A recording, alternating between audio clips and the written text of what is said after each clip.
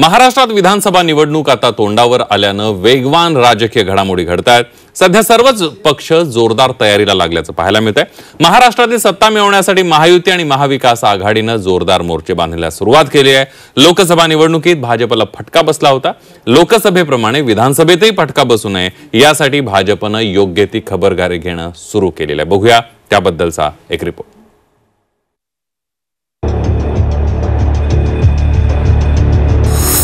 Amit शहांचं mission Maharashtra,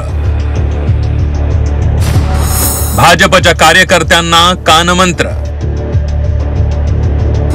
Bhajap 155 जागा लढण्यावर ठाम।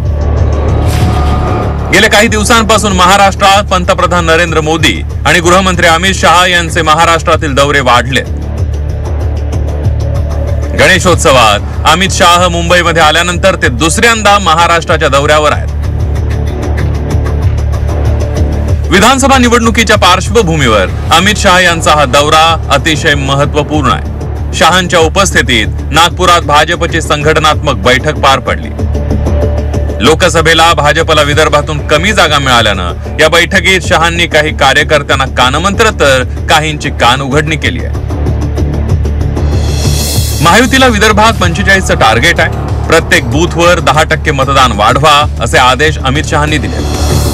नेता हा कार्यकर्ता असतो, त्यामुळे कार्यकर्त्यांवर जबाबदारी ढकलून चालणार नाही। नेत्यांनी बूथवर जाऊन काम करा असे आदेश शहांनी दिले। प्रत्येक बूथवर विरोधी पक्षाच्या कार्यकर्त्यांवरही लक्ष ठेवा, त्यांना जोडण्याचे प्रयत्न करा। तसंच आजी माजी सरपंचांवर लक्ष केंद्रित करा। गटबाजी खपवून घेतली जाणार नाही। उमेदवारी मिळाली नाही तर नाराजी बिलकुल सहन करणार नाही अशी तंबीही अमित शहांनी दिली आहे। विजयादशमी ते धनत्रयोदशी पर्यंत प्रत्येक बूथवर तरुण कार्यकर्ते फिरलेच पाहिजेत असे आदेशही अमित शहांनी दिलेत।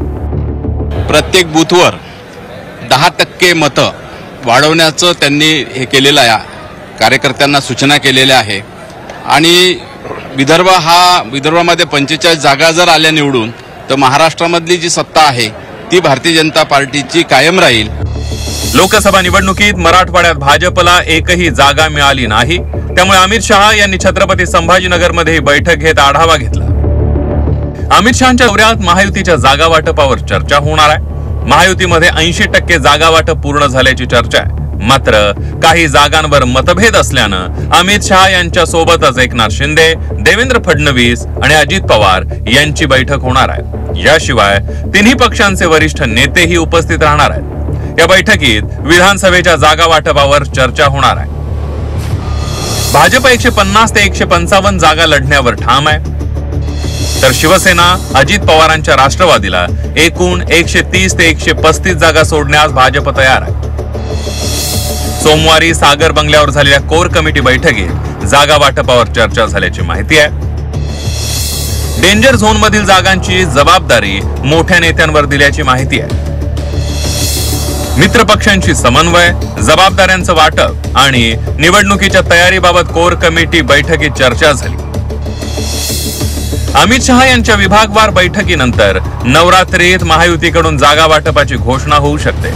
लोकसभेनंतर महाराष्ट्रात जवळपास 5 महिन्यानंतर विधानसभा निवडणुका होत आहेत। आरक्षणाच्या मुद्द्यावरून मराठा ओबीसींचा अद्याप संघर्ष सुरू आहे। लोकसभेच्या पराभवानंतर अमित शहांनी मिशन महाराष्ट्र हाती घेतल्यानं या दौऱ्याला विशेष महत्त्व प्राप्त झालंय। नागपूरहून अमर काणेसह विशाल करोळे, झी 24 तास, संभाजीनगर।